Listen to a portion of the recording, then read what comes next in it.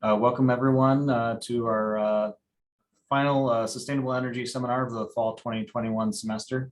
If this is your first time joining us, my name is Scott Williams. I'm the Research and Education Coordinator at the Wisconsin Energy Institute. And the Sustainable Energy Seminar Series is something we do every other week in the fall and the spring with the goal of highlighting cutting edge energy and climate research from across UW-Madison. And to showcase how different disciplines are understanding and energy challenges and developing solutions. So if you join us in the spring and future semesters, you'll hear from experts in science and engineering, as well as social sciences and humanities to understand the many different dimensions as it relates to energy challenges and solutions. The seminar is open to the public.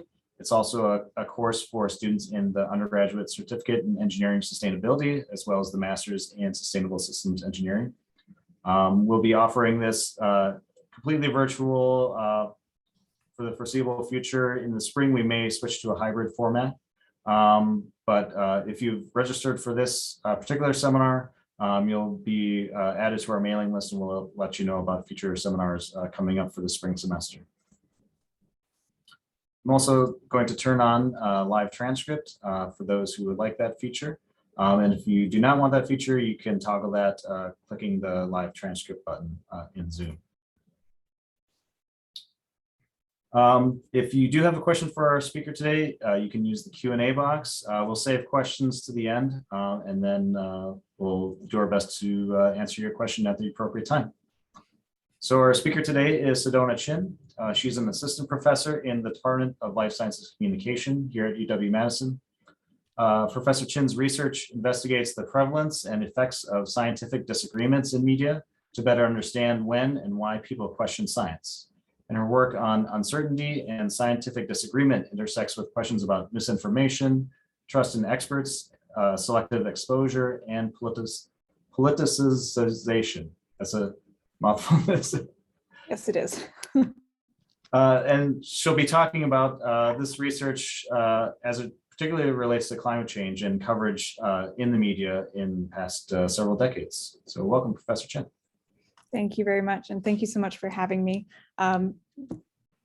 Yeah, as Scott said, I'm a professor in the Life Sciences Communications Department, and I figure I'll just kind of dive right in. I'm going to be presenting today some research on using climate change newspaper data to look at trends in politicization and polarization in media, using some text-as data approaches and some different computational methods. So first, I wanted to start off by defining generally for everyone what we mean when we think about politicization and polarization. And those are hard words to say, and I will be tripping over them several times. So when we talk about politicization of science, we're not usually only referring to just like political attention to science, you know, like working to get a evidence-based policy passed, or, you know, politicians' funding of scientific research. Typically, when we're talking about politicization of science, we're referring to political actors exploiting the inherent uncertainties in scientific research and all scientific knowledge for some political goal. And so this might take the form of kind of emphasizing disagreement. We saw this a lot, especially in the 90s around climate change, and also with the tobacco industry about like, oh, well, the connections aren't certain between, the science isn't certain about the links between tobacco and cancer, or the links between human activities and climate change aren't certain. So emphasizing that disagreement for the purpose of some policy agenda. And we're typically also referring to politicization where partisans across the political spectrum are in conflict. And they may be in conflict with scientists and maybe in conflict with each other. So that's typically what we mean when we're talking about politicization. And the reason why we're concerned about this generally is that cues about politicization and partisan polarization about any topic, but also scientific topics, do affect people's scientific attitudes and support for policy in these things. And this is where it gets down to some sort of social dynamics, is that when you see people in your group, leaders of your group, if you're a strong partisan and your political elites are giving you some cues either to support science or be skeptical of science, people are inclined to follow those cues. And they're inclined to follow those cues above the experts, above the recommendations of experts. Because in a sense, those political cues are more socially immediate than, for instance, the effects of climate change, which might happen in 50 to 100 years, which I do not have control over, or I could signal my membership to a part of this social group, which gives me social support and self-esteem and makes me feel like I belong. So people we're cognitively motivated to respond to the cues from our social groups, from leaders in our social groups. And in this case, when we're talking about politicization, we're usually talking about political elites cueing their supportive partisans to either be skeptical or supportive of different scientific positions. And people are receptive to those cues. So what I'm going to talk about today is using computational content analytic techniques to really address some gaps that we have in how media is spreading these cues and what the trends over time might be in the context of climate change. So this is a study we looked at politicization and polarization in climate change news from 1985 to 2017 that I did with some of my collaborators at the University of Michigan. And the first thing I want to point out is that when we're talking about an issue like climate change, news is often the main source. Well, I say often, news is the main source of information for the US public about climate change. And that's because climate change is not something that's necessarily readily evident to our eyes. It's not something that we can go outside and experience. Like we might notice some wonky weather, but in terms of like global climatic change, overall climate temperature rise, this isn't something we necessarily perceive. So this is information we're getting that is mediated through experts. It's mediated through the media as well. And so it's important that we look at media to see what information people are getting about science, not only just the basic scientific information, but what other cues and social cues and sort of framing is happening in these mediated messages. So we have really good evidence going back to the 80s of public opinion trends and trends of political elites. So when we look at public opinion trends over time, it's pretty consistent that since the 80s, Republicans and Democrats' political beliefs have been widening. They've been getting more polarized. I'll say in the past 5 years or so, we've seen a little bit of difference where typically, 90s, 2000s, we were seeing wide divides between Democrats and Republicans. Currently moderate Republicans and political independents tend to look different in their climate beliefs from more conservative, stronger Republicans, and that's something important to bear in mind when we're talking about US attitudes and climate attitudes. And so, like I said before, people notice these cues about politicization and polarization in media. So maybe that's what's been driving some of this public opinion polarization. We know that political elites are polarized. We know that most of the messages about climate change come through media, and we know that people respond to these messages. And we have evidence that there is some politicization and polarization in climate change news. For instance, we have, looking back into like the late 80s, early 90s, shifts in how the consensus around climate change was being covered, from more of a let's give both sides equal balance to let's emphasize the dominant scientific opinion. Okay, so we see some potential conflict of emphasizing disagreement there, and that's shifted over time. We also know that while that may be the case in environmental coverage, that disagreements are being emphasized less. We know that in policy coverage and impacts coverage, equal weight still tends to be given to partisans on both sides. So we have kind of snapshots of how politicization and polarization is present in climate change news, but we don't have overtime trends that we're really when we're trying to put together overtime trends, we're making like a patchwork quilt of past research that uses sort of different conceptualizations of how we're measuring politicization and polarization, different time periods, typically windows of kind of 1 to 3 years of coverage, and also different media. Some looking at op-eds, some looking at newspaper coverage, some looking at cable news coverage, etc. So this study was really setting out to see if we can map these overtime trends in politicization and polarization. We focused on newspaper coverage. The newspaper coverage that we focused on was kind of these large mainstream news, like national newspapers that have really wide circulations. So we collected data from all of these newspapers, and we collected all the number of articles column that you see there is all the environmental news as identified by LexisNexis. as this has something to do with the environment. And then we use some basic dictionaries of did the article mention climate change, global warming, or greenhouse gases. If it mentioned one of those three words, that article is somehow related to climate change. And we did the analyses with all of these newspapers, but I'm going to present the ones that focus on the New York Times, Washington Post, LA Times, and Chicago Tribune. The trends are the same, but we have those 4 newspapers going back to 1985, where some of these papers we don't get until the mid-90s. So just for the sake of ease of understanding, like not introducing new data, mid-data set, just going to present these, but the trends are the same. So we have these 40,000 news articles. Obviously, that's something that's beyond our scope to code with human coding, or would get very, very labor intensive. So what we did was we used a dictionary approach to measuring politicization. And in doing that, what we did was we basically counted how often political actors are mentioned and how often scientific actors are mentioned, using a list of words we identified as like, okay, this means a political actor is mentioned, this means a scientific actor is being mentioned. You see the lists of words here. So we basically chose words that indicate a Republican is being talked about, or a Democrat is being talked about, or a scientist is being talked about.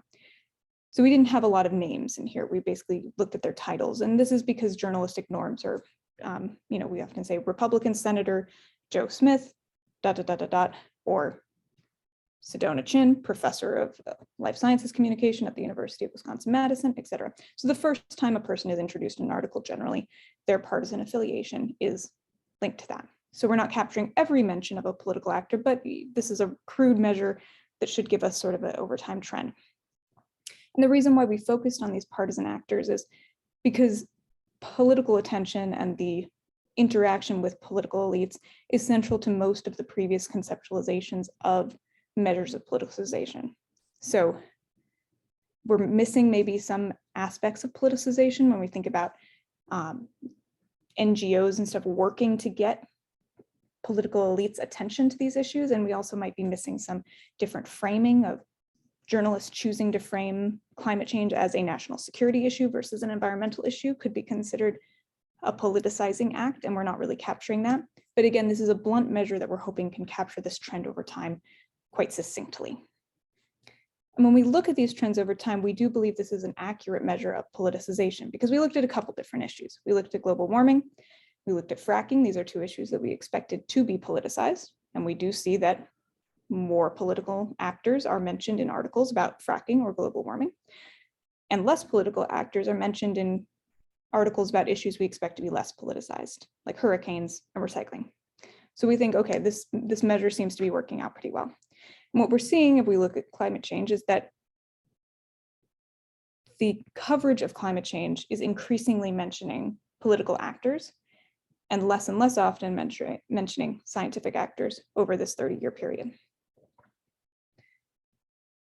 If we look more closely at kind of who's being mentioned, Republicans or Democrats, we see kind of similar levels of mentions, similar frequencies of mentions in articles until about mid-2000s, 2010, we start seeing that Republicans are being mentioned more frequently in climate change coverage than Democrats, which is something interesting, but it doesn't really tell us that much about what's going on. Basically, we know, okay, we can see climate change coverage is increasingly politicized. There are more mentions of scientists. In the 80s and 90s, there's more mentions of scientists. As we get to the 2000s, politicians are outnumbering mentions of scientists. We take this as a, the issue is becoming more politicized. But we don't really know anything more than that from this measure. We don't know if Republicans and Democrats are cooperating to pass bipartisan legislation to address the issue of climate change, which is unlikely, but we can't tell that from our measure. So we wanted something to look at, like, what is the nature of that politicization? What's actually going on? Can we get a little bit more fine grain? And so here we aimed to measure polarization, by which we mean the difference in language surrounding Republicans and Democrats over time. The difference in language could be they quoted a Republican and they quoted a Democrat and they said different things, or they said very similar things. That would be less polarization. But it could also be how the journalists are contextualizing the Republicans and Democrats. They might be describing Democrats and Republicans' positions on climate change differently. And that would also indicate polarization in news coverage. So what we did to measure polarization, which is a little bit more complicated, is we collected the 100 words surrounding a mention of a Republican keyword or a mention of a Democratic keyword. I'm going to refer to these as Republican and Democrat paragraphs. It's like 50 words before, 50 words after, or 100 words before, 100 words after. And again, this includes maybe a quote from the person they're interviewing or talking about, or maybe just the journalist's description surrounding them. And we used an unsupervised machine learning algorithm that uses word frequencies to identify a single dimension and assign each paragraph a position along that dimension using sort of word frequencies and word co-occurrences. Basically, what this gets is if Republican and Democrats paragraphs in general, if the average Republican and Democrat paragraph are very similar, they're very close to each other on this latent dimension, then that means there's probably not a lot of polarization because they're very close together on this latent dimension. But if those paragraphs are farther apart on that latent dimension, that indicates that on average, there is more polarization in media. So in sum, we're trying to measure using the individual words and their co-occurrences with Republican and Democratic paragraphs. We're measuring how similar or different the language surrounding mentions of Republicans and Democrats are in climate change news stories, and we're mapping that difference over time. What that difference shows us is basically these are the difference scores by Congress. So by Congress, the average Democrat paragraph and the average Republican paragraph over time. And what this basically showing us is that we're seeing fairly consistent levels of polarization, fairly, consistent levels until we hit 2011. And then suddenly we're seeing a spike. Suddenly in 2011, the language surrounding Republicans and Democrats mentions in climate change news articles is suddenly more different than it was before. And that higher level of polarization persists to the present day. So unlike politicization, where we saw a more linear trend, in polarization, we're seeing a more consistent trend until we hit about 2011, and then we're seeing more polarization in news. The takeaways that we get from this study is that, okay, politicization has increased over time to be a quite common feature of climate change news coverage. But polarization was pretty level until we got to about 2011. And that was also, if you recall, around the time that Republicans began to outnumber Democrats in mentions in news. So this is quantitatively demonstrating that increasing politicization and polarization in 30 years of climate change news, and that these cues, as we know from experimental research, are likely to contribute to increasing public opinion polarization. Now, the other thing I wanted to talk about was measuring agreement, disagreement, and denial in climate change news. So this is a study that's under review now, that's using the same data and continuing to use computational techniques like dictionaries and supervised machine learning, but to look at this agreement, disagreement, and denial messages. As I said at the beginning, when we talk about politicization, we're often talking about emphasizing inherent uncertainties in science and knowledge. And there's uncertainties, obviously, in all scientific knowledge. That's just how scientific knowledge works. And it's the exploitation of these disagreements and this uncertainty, this inherent uncertainty towards political aims that we refer to when we're talking about politicization. So another way of trying to measure sort of politicization and polarization in news would be to look at the prevalence of sort of scientific agreement and disagreement messages in news. And these are things that we also know affect people's attitudes. When you tell people that most scientists agree, and it's not a politicized issue, most people tend to adopt that view. Again, the caveat when that's not a politicized issue like climate change, there can be some different issues going on there that I'm happy to talk about in the Q&A. And when you tell people that that experts disagree on a position, people are less likely to accept that position. I think that most people adopt sort of a wait and see approach. Let's wait till the experts know what they're talking about. And denial cues also do affect people's science attitudes as well. If you have somebody who's saying, this is poor science, this is junk science, this is just the scientists out for their own personal gain, that can reduce perceptions of sort of the severity of the issue, in addition to increasing skepticism of that position. We know all these things affect attitudes. And again, we know all of these things are present in climate change news, but again, we're looking at a patchwork. We're not looking at being able to establish trends over time. And so this study was again looking at trying to see if we can measure the prevalence of agreement, disagreement, and denial messages in climate change news over this 30-year period. How often do people encounter a scientific agreement, disagreement, and denial messages? And how has the prevalence of these messages in news changed over time? Again, I've used two methods to look at this, but in this case, they were both trying to measure the same thing, but they have different strengths and weaknesses, these different methods. And so pairing them up, we can maybe get a closer approximation of what's going on. The first was dictionaries, again, a list of keywords predefined by the researchers, very transparent about what we are measuring, because I have a list of exactly what we are measuring. But if I'm missing any sort of phrases referring to scientific agreement or disagreement, then my dictionaries are going to be systematically underestimating the prevalence of these concepts in my data.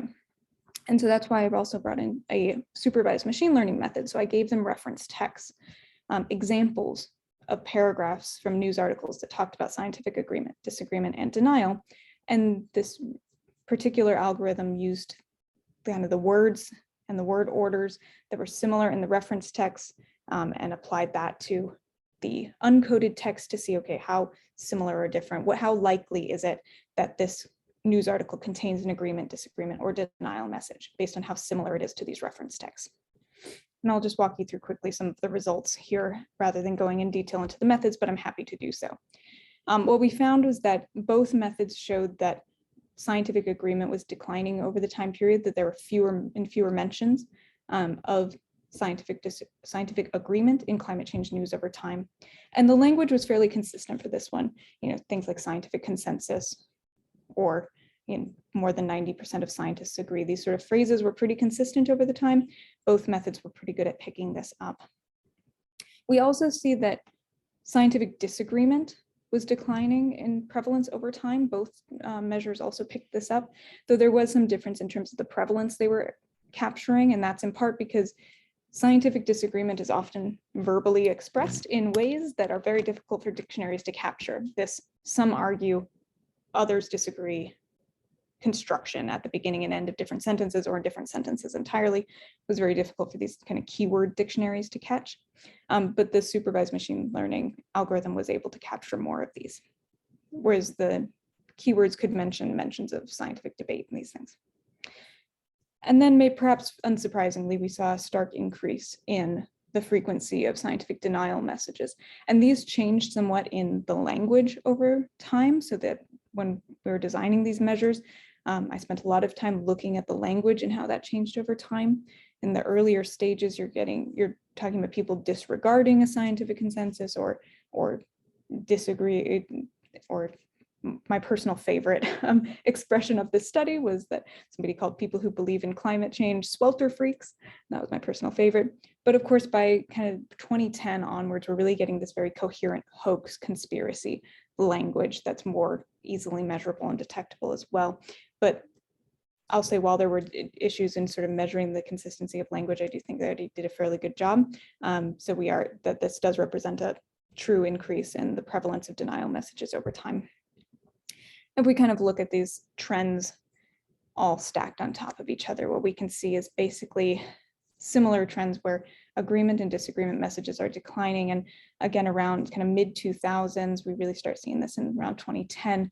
These denial messages are outpacing agreement messages and disagreement messages in frequency in climate change news. So in sum, we know that politicization and polarization have impacts on attitudes. And these, again, various text as data approaches, computational and content analytic approaches can help us identify these different cues in media. And they can help us to identify kind of influential trends in these influential messages we know do impact people's attitudes. They do impact people's beliefs and their policy preferences. the limitations important to add to this is that all of these content analyses are not linked to public opinion data. These are trends that we're describing, and they do parallel trends in public opinion, but we're not actually measuring exposure to this content in this study and how that affects attitudes and how that has changed over time. So we're really looking at correlational data here.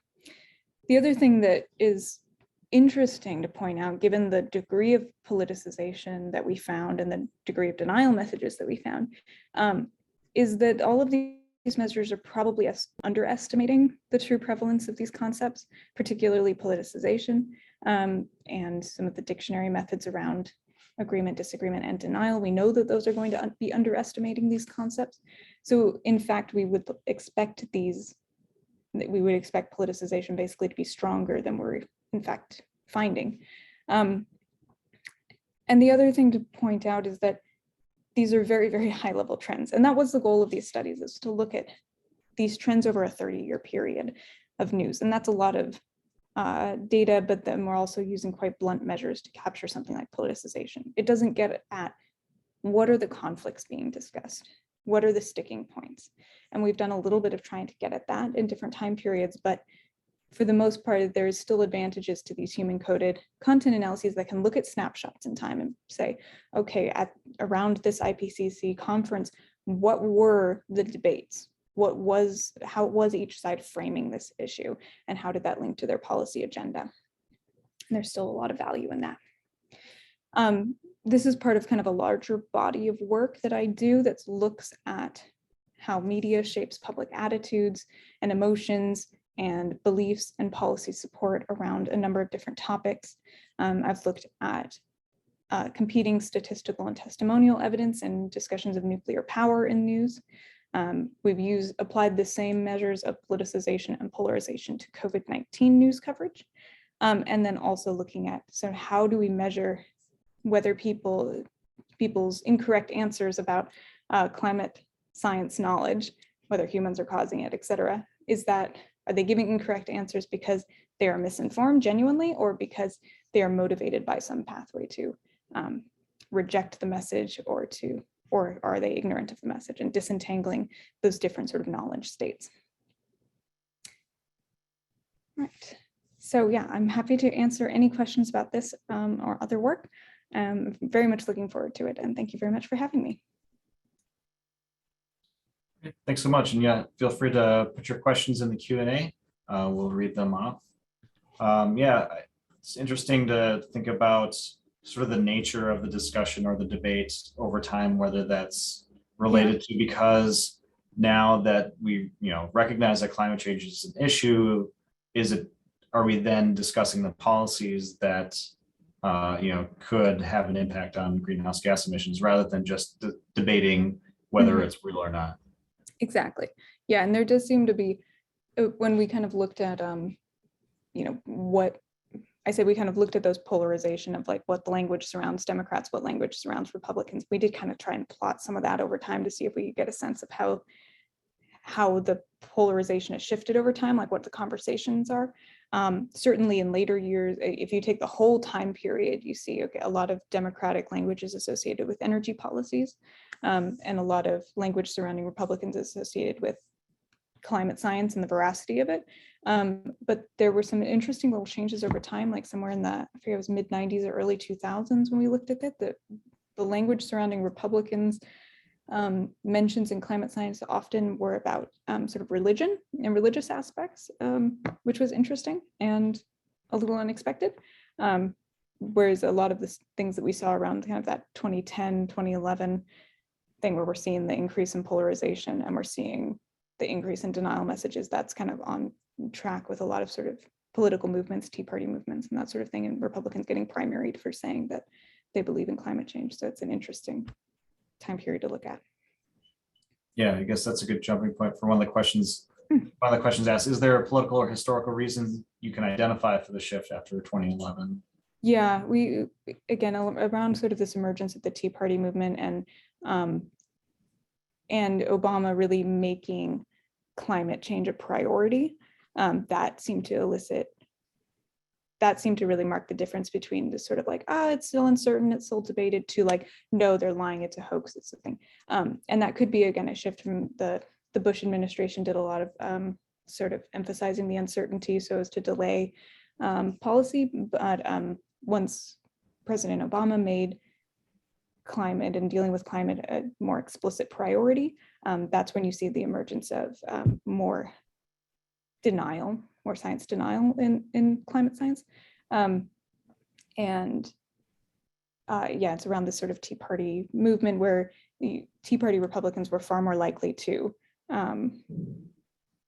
express skepticism of climate change than non-Tea Party Republicans. And we kind of still see that dynamic to the present day, like I was saying, where moderate Republicans are hold very different climate attitudes than very, very strong Republicans.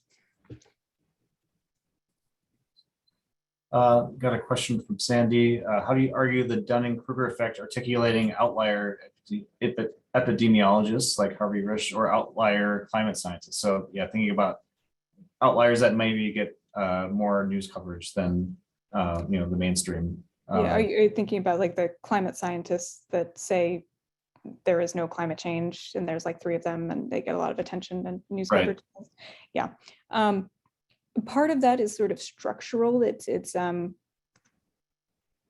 journalistic norms and news biases tend to focus, you get more attention for coverage that is sensational, coverage that has a lot of dramatic conflict. And these are news values that are sort of baked into journalistic training and what editors want to see in these sort of things. So some of it is structural in that way that we talk in the papers that go with these studies about how that journalistic norms of personalization, of wanting to have people, wanting to have conflict, wanting to have kind of a simple black-white story, drives some of this overdue attention to contrarians, so to speak. And also some of it is highly intentional. It's, we're going to get somebody with a lab coat and a degree to come stand up and say climate science isn't real, in order to, again, push that policy agenda.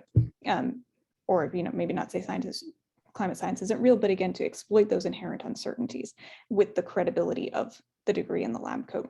So some of it's highly intentional on the part of like strategists, like political strategists. Some of it is sort of structural and sort of how journalistic coverage happens. And that was kind of part of the interest in this study, as we've seen increasing scientific consensus over this time period that is not necessarily reflected in journalistic coverage of climate change.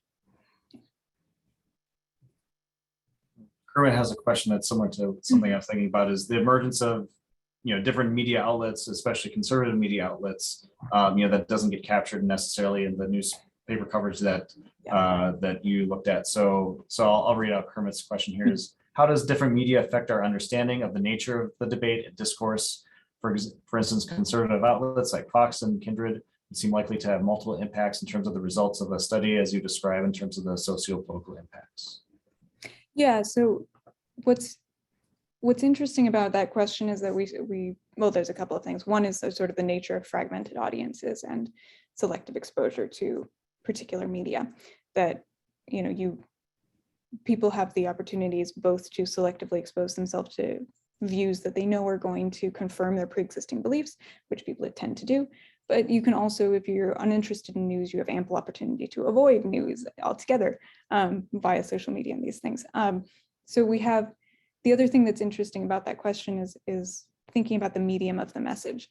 And there's been some people who've done some more very recent work on this in terms of sort of how the same actors present their information differently across different platforms.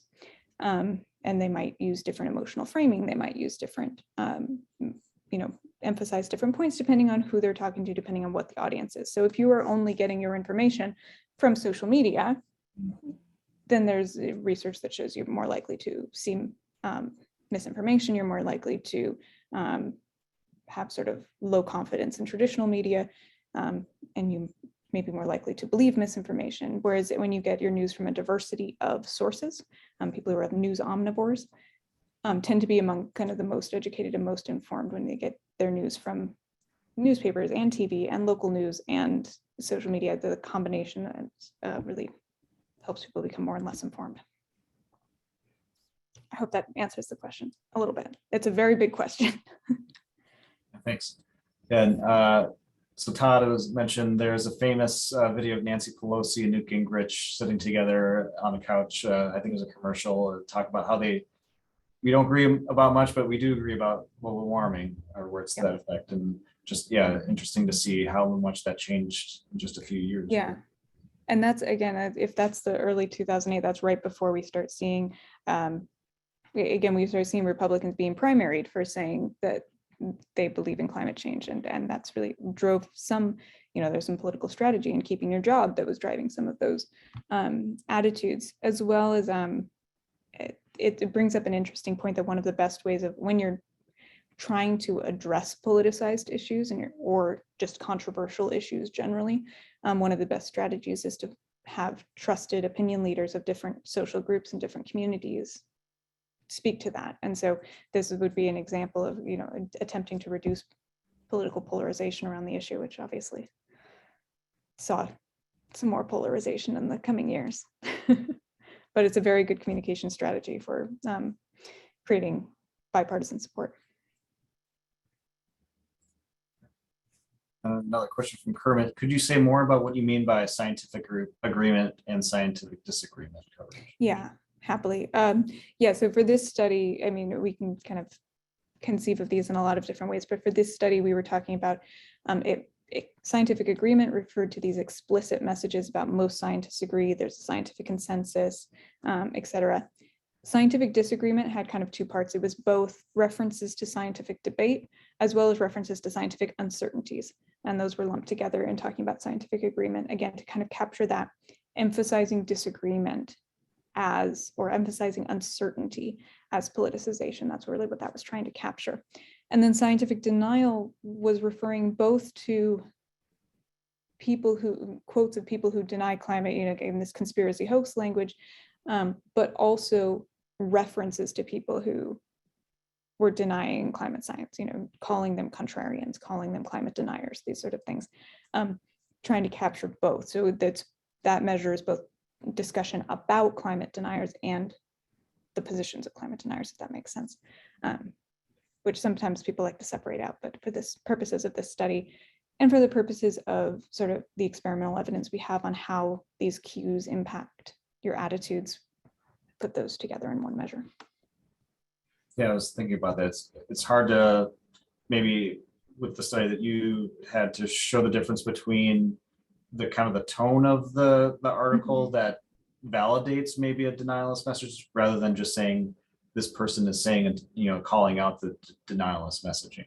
Right. And there's some sort of thought, one that just the men explaining that there are people who reject this climate science empowers people to reject that climate science, even if you're talking about them negatively, but also that talking about them negatively, if that's your community and they're being talked about in a very disparaging negative way, that's going to make you feel far more defensive. It's probably going to elicit reactance, and that's going to make it much more difficult to persuade those people later down the line.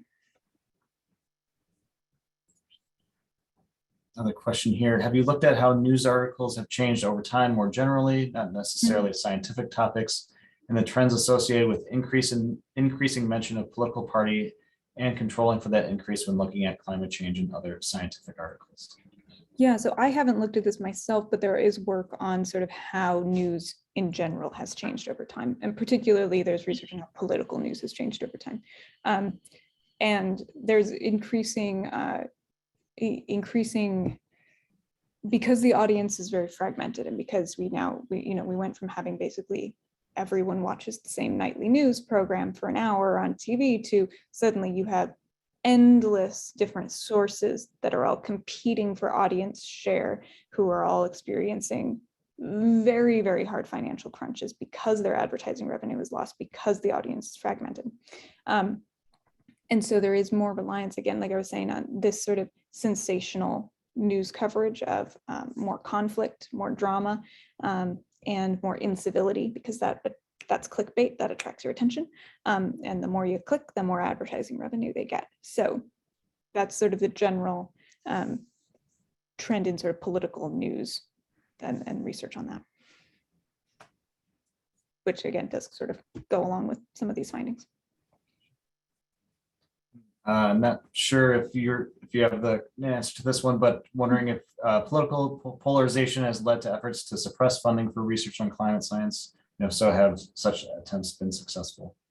I'm not going to be able to answer this one satisfactorily. I don't know of the kind of particular sort of targets of climate research that and how effective those have been. I know there has been some research on, most of my research has been sort of public facing in terms of sort of how issues are framed in a way that affect sort of public attitudes. Ultimately, then that is trying to build policy support for something like advancing or restricting climate funding. But I don't think I can answer that one specifically. I know that there have been attempts, and I know that there was a paper back in 2010 that was documenting kind of the ways in which certain political activists were targeting climate scientists and climate research in kind of very personal ways to try and discredit that research or that scientist in particular. But I don't know of examples off the top of my head. And another question, maybe more generally, Kermit asks, so how do we fix this problem of misinformation and misapprehension, especially as impairs addressing major existential and public health crises? COVID-19, I guess, probably top of mind. Yeah, this is an enormous question. I think that a lot of I think there's kind of this inclination to sort of blame social media. Yes, there is a lot of misinformation on social media. Yes, platforms have a lot of work to do, or blame different groups for believing misinformation, or et cetera.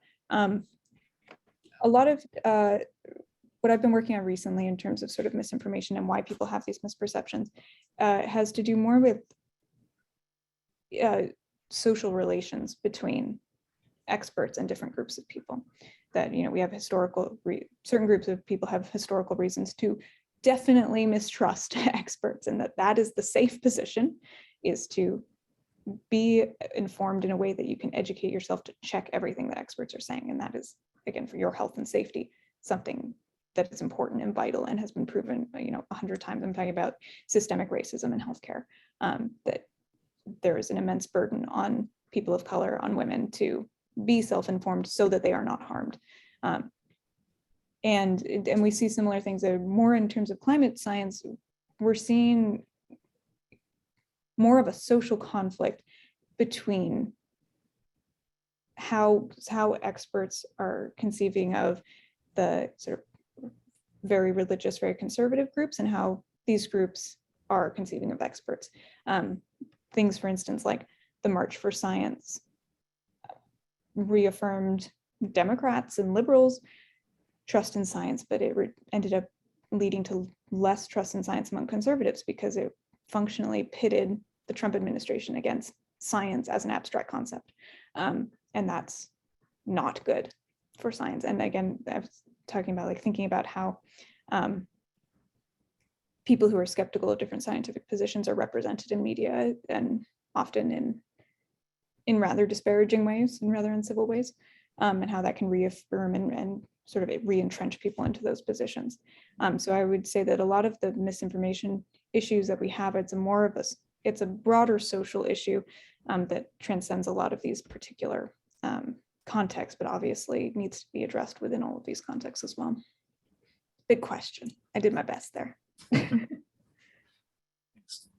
And Sandy has a question, I think, going back to your discussion about kind of clickbait and things like that, and how social media algorithms can affect sort of the negativity of that and what's shown to people. Oh, yeah. This is Sandy's question. Yeah. Okay. Yeah. Yeah. So basically, yeah, algorithms.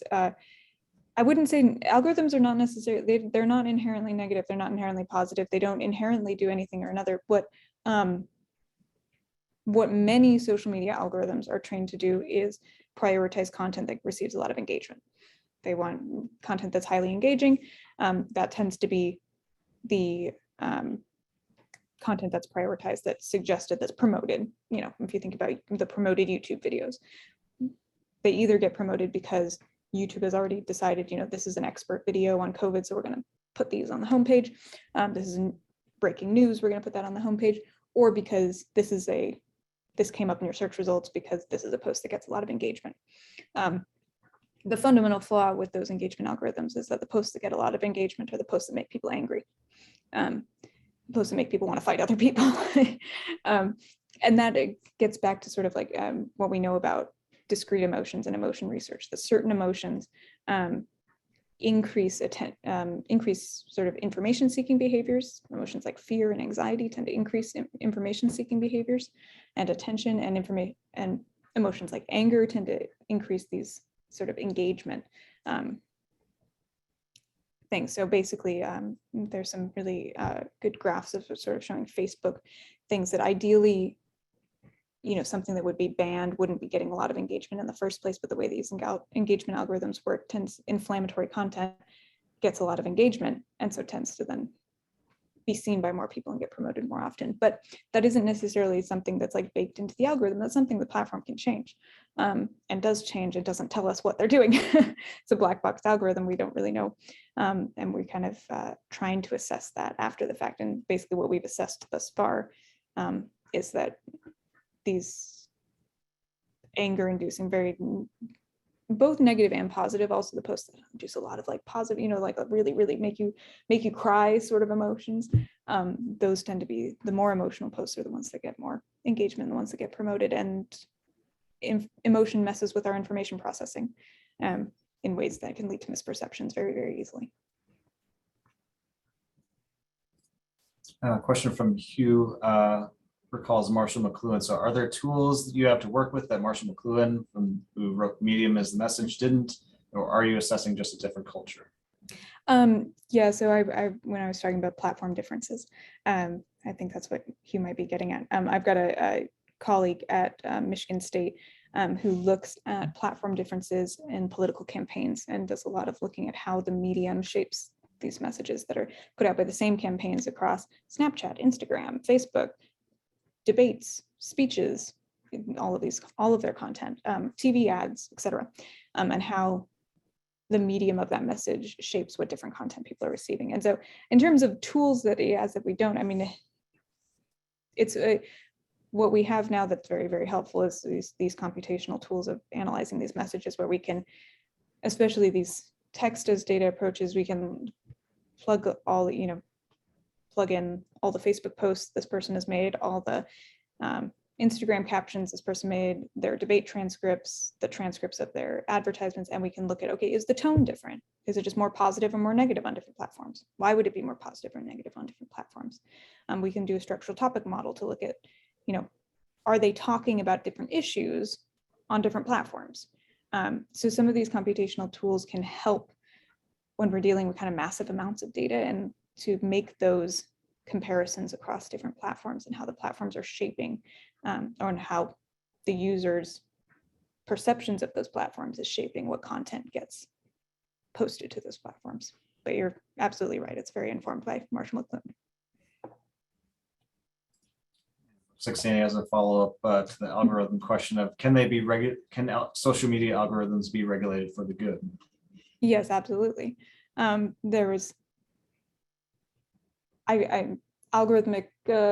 programming is not my forte, but there's definitely been opportunities where, for instance, researchers were able to work with hospitals to look at how what they found basically was that the hospital algorithms, where you just plug in people's symptoms and demographics and they recommend care options, treatment options, were discriminating against people of color, such that they needed basically more symptoms in order to be recommended for the same treatment as a white person.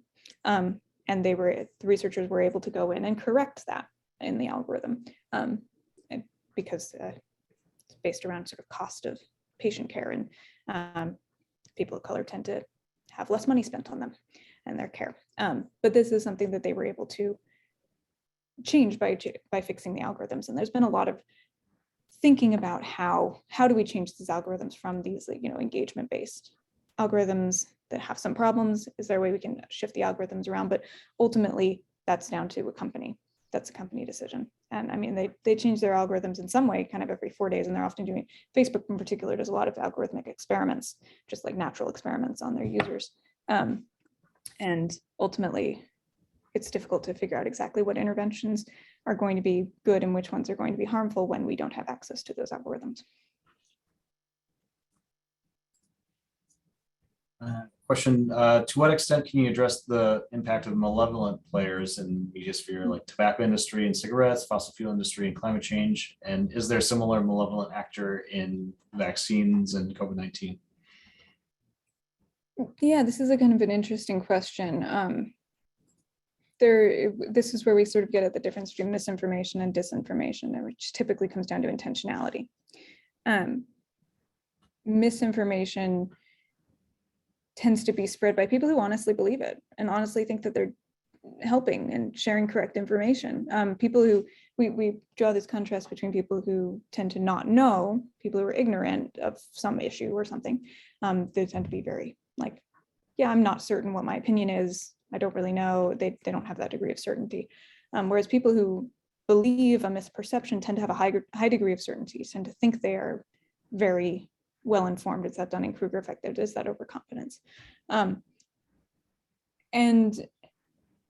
that can be, I mean, that's one issue. And then you have disinformation, which is misinformation that's intentionally spread by actors who know that this is false, but they want to spread this information. And it's in COVID, it's a little bit difficult to identify some of that, but at least at this stage, certainly there are some, particularly some of the people who are whose kind of natural remedies and alternatives are making quite a profit. There may be some intentional disinformation there, or they may claim that they honestly believe that these products work, et cetera.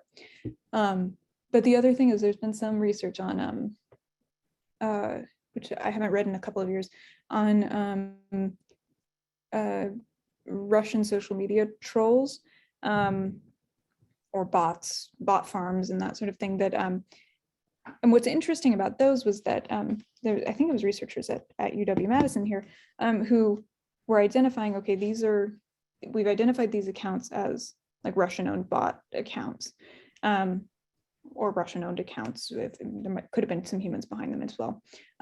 But typically their bots are identified by sort of patterns of retweeting and stuff like that on Twitter.